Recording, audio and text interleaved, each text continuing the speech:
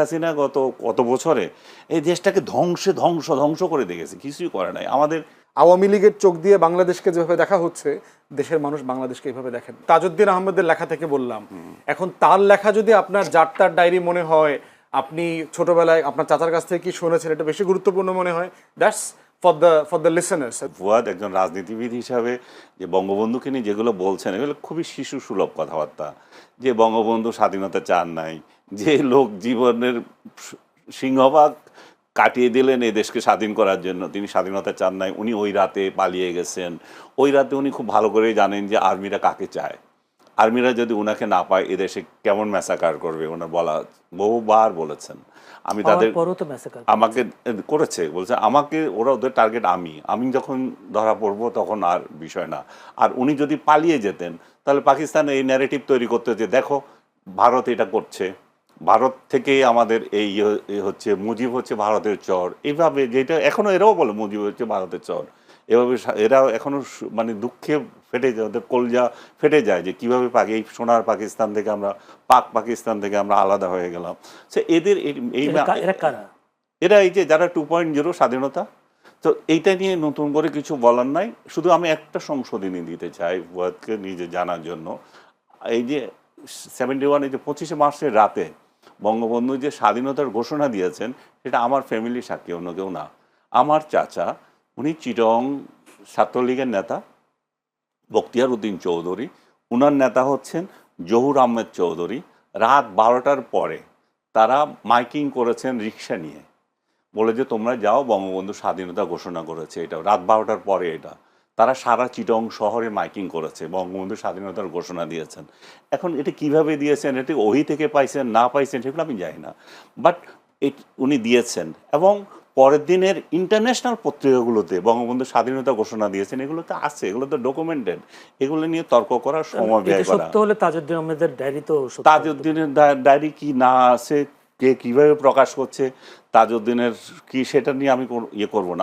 আমি যেগুলো আমি দেখছি আমারগুলো আমি দেখছি, আমি আমারগুলো বলতেছি, আমার ব্যক্তিগত অভিজ্ঞতা থেকে বলছি, আমার সংবাদপত্রের ইতিহাস থেকে বলছি। কার ডায়েরিতে কে কী গল্প লিখলো সেটাতে আমি যাচ্ছি না। আরেকটা হচ্ছে যে আমি যেটা বলতেছে যে আর আইন শৃঙ্খলা পরিস্থিতি আমাদের মানে ও বলছে যে এমন পরিস্থিতি তৈরি হয়েছে যে মানে শেখ হাসিনা মানে শুনলে মনে হয় যেন শেখ হাসিনা কত বছরে এই দেশটাকে ধ্বংস করে দেখেছে, কিছুই করে নাই। আমাদের যে এই সরকারের অনেক উপদেষ্টা যে বলে আমরা এটা পেয়েছি, আমাদের এটা ভিত্তি এত স্ট্রং, আমাদের অর্থনৈতিক ভিত্তি এত স্ট্রং, আমাদের ওই অর্থ উপদেষ্টা বারবার বলে থাকেন, মনে হয় যেন এগুলা মিছা কথা। এবং ডক্টর ইউনূস ধ্বংসস্তূপ থেকে উনি 71-এর স্বাধীনতা যুদ্ধের পরে মানে 72-এ ক্ষমতা নিয়েছেন, ক্ষমতা নিয়ে এখন এমন একটা বানাচ্ছেন যে কিছু, এই দেশ তো কিছুই ছিল না, আর্মি ছিল না, ছিল না, উনি বানাচ্ছেন সব কিছু, তাতে হয়ে গেছে। আমরা যেটা ছিল সেটাই চাচ্ছি এখন, এর আগে যেটা ছিল জনগণ সেটাই চাচ্ছে। এর আগে যে আইনশৃঙ্খলা পরিস্থিতি যা ছিল, বাজার করে যে বাজার খেতে পারছে সেটাই চাচ্ছে। এর আগে যে পরিস্থিতি ছিল বা নিজের বাড়িতে শান্তিপূর্ণ ঘুমানোর যে অধিকার সেটাই চাচ্ছে। আমরা এই সরকার যদি কিছু কাজ করে থাকে, গুম এবং খুন তো হচ্ছে, অহরহ হচ্ছে, গুমের যে বিষয়টা ছিল, গুম কালচার, যেটা যে আয়নাঘর কালচার, এটা ছাড়া এবং ক্রসফায়ার, দুই একটা হয়েছে ক্রসফায়ার এবং গুম ছাড়া এই সরকারের আর কোনো দৃশ্যমান কোনো কাজ নাই। ধ্বংস কত প্রকার এবং কি এই সরকারের আমলে মানুষ উপলব্ধি করছে। সমাজকে যে টুকরা করে দিয়েছে, একজনের ভাই লাগাচ্ছে, রাজনৈতিক ঘরে রাজনীতি লাগিয়ে দিয়েছে, এই সরকারই সব করেছে। এখন এই বলছিলেন যে গতকালও একটা অর্গানাইজেশন দিয়েছে যে 78% তার সরকারের মানে প্রশংসায় মানুষ উচ্ছ্বসিত। ওই অর্গানাইজেশনের একজনের সাথে কথা হয়েছে, আমার ভাইয়ের কথা হয়েছে, তারা বলছে যে প্রথম আলো তাদের এই রিপোর্ট যেটা সেটাকে বিকৃত, তারা বুঝেই নাই এটা কিভাবে উপস্থাপন করেছে, সেটাতে একটা হচ্ছে মানে ভুয়া বলে তারা ভুল তথ্য, মানে কিভাবে জরিপ করতে হয় সেই বিশ্লেষণ তারা করতে পারে না, সেই কারণে এটা হয়েছে। আরেকটা বিষয় হচ্ছে যে এত হাস্যকর, আমি ওইটাকে আরো বলবো যে সেটা প্রেস সচিবকে পাশে নিয়ে ঘোষণা করছে। তো প্রেস সচিবকে পাশে নিয়ে যখন এই সরকারের গুণগান গাইবে কেউ বা একটা অর্গানাইজেশন জরিপ করবে, তাতে বুঝতে হবে যে এগুলার কোথায় অরিজিনাল, এদের প্রাণভ্রমরা কোথায় এবং কেন এগুলা করতেছে। বাংলাদেশের আইন শৃঙ্খলা যখন এই পরিস্থিতিতে, এবং বলছে যে আমাদের রিজার্ভ আসছে কিন্তু আমাদের ইনভেস্টমেন্ট হচ্ছে না, বাইরে থেকে আসছে না, বাইরেরটা বাদ দেন রে ভাই। আপনার আশেপাশে আপনি জিজ্ঞেস করেন যে আপনার বন্ধু বান্ধব যারা আছে তারা ইনভেস্ট করছে কিনা, তারা তো করছে না। কেন করবে? কারণ সে তো নিরাপত্তা পাচ্ছে না। ওইখানে তো চাঁদাবাজরা যাচ্ছে, ওখানে বিএনপির চাঁদাবাজ যাচ্ছে, জামাতের চাঁদাবাজরা যাচ্ছে, অন্য তো এনসিপির চাঁদাবাজরা যাচ্ছে। এত চাঁদাবাজকে দিয়ে তো সে ব্যবসা করতে পারবে না। আগে তো একটা চাঁদাবাজির একটা কোটা আছে যে আমি কত পার্সেন্ট চাঁদা দেবো, এখন তো 3 গ্রুপ আসতেছে, তারপরে এক দলেরও আবার 3 গ্রুপ যায়। আমি কথা বলতেছি যে ভাই বিএনপি থেকেই যায় 3 গ্রুপ, কারে চাঁদা দেবো, কিভাবে করতে? এখন ইনভেস্টমেন্ট না করে তারা এইভাবে বসে আছে, এই জন্যই বসে আছে। এই জন্যই আমরা চাচ্ছি যে যেই দলই আসুক, একটা ফেব্রুয়ারিতে যে আপনারা নির্বাচনের তালবাহানা করেন না, ফেব্রুয়ারিতে নির্বাচনটা দিয়ে দেন, ডক্টর ইউনূসকে সহায়তা করেন যে একটা নির্বাচন দিয়ে একটা নির্বাচিত সরকার আসুক, দেশের মধ্যে একটা শান্তি যাতে আমরা চাই। আমরা চাই যে যেই রাজনৈতিক দলকে জনগণ পছন্দ করে, সেটা যেই আদর্শের হয়ে থাকুক, জনগণের ভোটে আসবে তারা। কিন্তু আপনারা নিশ্চিত করেন যে ভোটটা যাতে ফেয়ার হয় এবং মানুষ যাতে নিরাপদে ভোট দিতে পারে। আরেকটা বিষয় আপনারা তো ধরেই নিয়েছেন, জামাত আপনারা ছাড়া তার কাউরে আনবেন না, তবুও সুখে থাকে না আপনারা। আওয়ামী লীগের ভোট দিয়েন না, জামাতকে ভোট দিতে দিয়েন না, জামাত না, জাতীয় পার্টিকে ভোট দিতে দিয়েন না, নিজেরা ভোট করে তবু একটা সরকার আনেন, তবু একটা চেহারা আমরা দেখি যে কী ধরনের সুখের নহর আপনারা কিভাবে বয় দিতে পারেন। সেই জিনিস জাতির একটু জানার দরকার আছে। জাতি এটা এই জন্যই চায় যে তারা যে পরিস্থিতিতে পড়েছে, যেটা যে 5 আগস্টের পর থেকে যারা যে মানে আগে ইয়েতে ছিল, এটা বলে কড়াইতে ছিল, তারপর এখন আগুনে পড়ে গেছে, এই পরিস্থিতি থেকে মানুষ উত্তরণ চায়, জনগণ উত্তরণ চায়। জনগণ, আপনারা রাজনীতি করেন, আপনাদের আরো বেশি বোঝা উচিত জনগণ কি চায়। জনগণ তো বলতেছে, আপনারা জনগণের কাছে যান না, হয়তো জনগণের কথা শুনেন না, আপনারা হয়তো একতরফা শোনেন, হয়তো আপনারা আরেকটা শ্রেণী আছে, ওই শ্রেণীর কাছে যান না, আপনারা ওই গল্পই শুনতে চান যে গল্প আপনাদের ভালো লাগে, যে ডক্টর ইউনূস শান্তিতে রেখেছে আমাদেরকে, ডক্টর ইউনূসের পরে আমরা যারা ক্ষমতায় আসবো তারাও শান্তিতে নহর বইয়ে দেবো। আরেকটা বিষয়, যেতে জুলাই সনদ নিয়ে যেই পেঁচাল চলতেই আছে, এটা ওনারা সমাধান করতে পারছে না, দিনের পর দিন বৈঠক করে।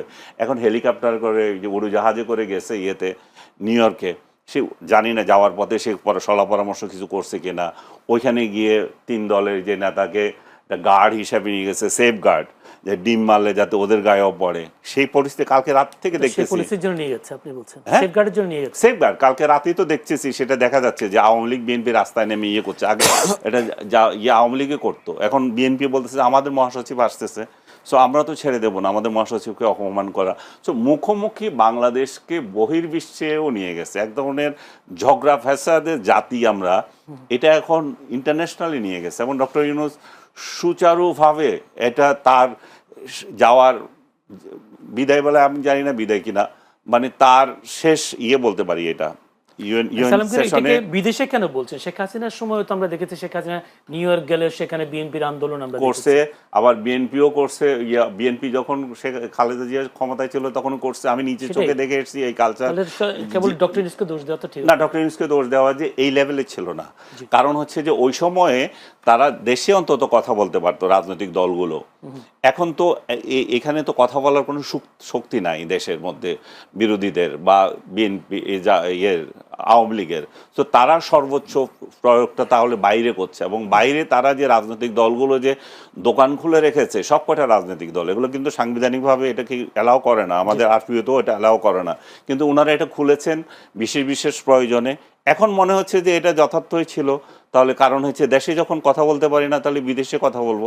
আমি জুলাই সনদের কথা বলছিলাম, যে ওনারা যে সনদটা তৈরি করছেন, যে পবিত্র গ্রন্থ বানাচ্ছেন, সেই পবিত্র গ্রন্থ লিখিত থাকলে হবে, এটা ধারণ করবে কে? এই চোর বাটপার যদি একই রকম থাকে, যদি এই কর্তৃত্ববাদী শাসন একই রকম থাকে, যদি আমাদের মেন্টালিটি এটা থাকে যে বিরুদ্ধ মত কেন আছে, তাকে কেন জেলে ধরা হয় না, তাকে কেন মারা হয় না, তো তাহলে এই পবিত্র বাণীগুলো তো দরকার নাই, এগুলো সব আবর্জনা হয়ে থাকবে। ধন্যবাদ আনিস আলমকে, ব্যারিস্টার আসাদুজ্জামান ফুয়াদ। একটি অভিযোগ তিনি করেছেন, বিগত আওয়ামী লীগ সরকারের আমলে শান্তিপূর্ণ ঘুমের অধিকার ছিল, নিত্য প্রয়োজনীয় পণ্য জনগণের সহনীয় পর্যায়ে ছিল। কি বলবেন?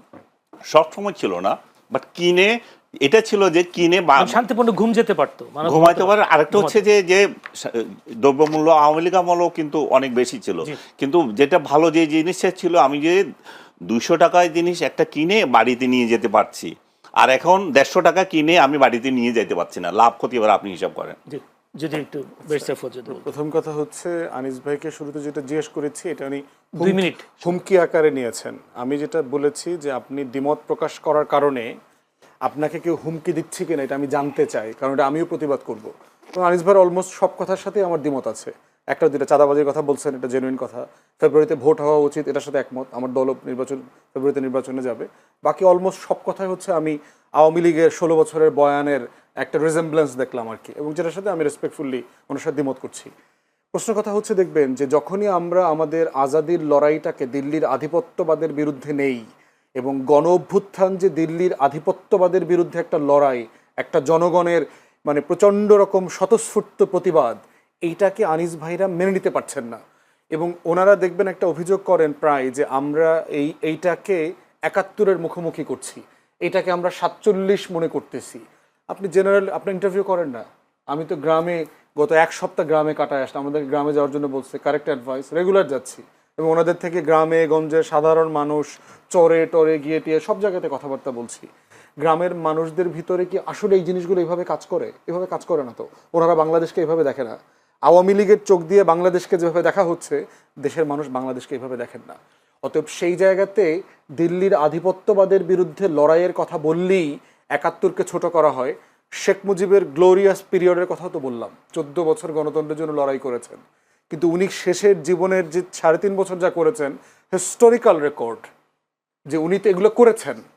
এখন প্রশ্ন হচ্ছে, তাহলে কি ওনার আগের মহত্ব শেষ হয়ে গেছে? না, আগের মহত্ব আগের জায়গাতে আছে, কিন্তু শেষে যা ক্ষতি করেছেন রাষ্ট্রের, সেটাও আমাকে বলতে হবে। রাষ্ট্রের দায়টা এরকম, কারণ কোনো রাজনৈতিক নেতাকে আমরা নবী মনে করি না। না, আপনি তার প্রশংসা করছেন, কিন্তু তার স্বাধীনতায় সে অবদান সেটাই স্বীকার করেন না। তার কি বাকিগুলো কি দরকার নাই? অবদান হচ্ছে যে এটা তো ফ্যাক্টস। আমি তো বইয়ের রেফারেন্স দিলাম, মুক্তিযুদ্ধের প্রধান মানে সংগঠক তাজউদ্দিন আহমেদের লেখা থেকে বললাম। এখন তার লেখা যদি আপনার যার ডায়েরি মনে হয়, আপনি ছোটবেলায় আপনার চাচার কাছ থেকে কি শুনেছেন, এটা বেশি গুরুত্বপূর্ণ মনে হয়, that's for the listeners and the viewers to ধন্যবাদ ফুয়াদ। আমরা বোধ করছি যে এই লড়াইটাকে এটার সাথে ওটা জাজ করা উচিত না। প্রত্যেকটাই আমার ইতিহাসের গুরুত্বপূর্ণ লড়াই, এবং এই দিল্লির আধিপত্যবাদের বিরুদ্ধে যে লড়াই, এই লড়াইটা আমাদের লড়াইয়ের জায়গা থেকে মেনে নেওয়া দরকার। কেউ বলে নাই, জুলাই অভ্যুত্থানের কোনো ব্যক্তি বলে নাই যে তারা 71-কে ছোট করে দেখতে চায়, তারা 47 অস্বীকার করে, তারা শেখ মুজিবকে অস্বীকার করছে, ভাসানীকে অস্বীকার করছে, কেউ বলছে না। আবার তারা এটাও বলছে না যে অমুকের থেকে বড় নেতা। সব নেতার অবদান যেমন আছে, তার রাজনৈতিক ইতিহাসের ভুলও আছে। দুটোই একসাথে বলতে হবে আমাদের।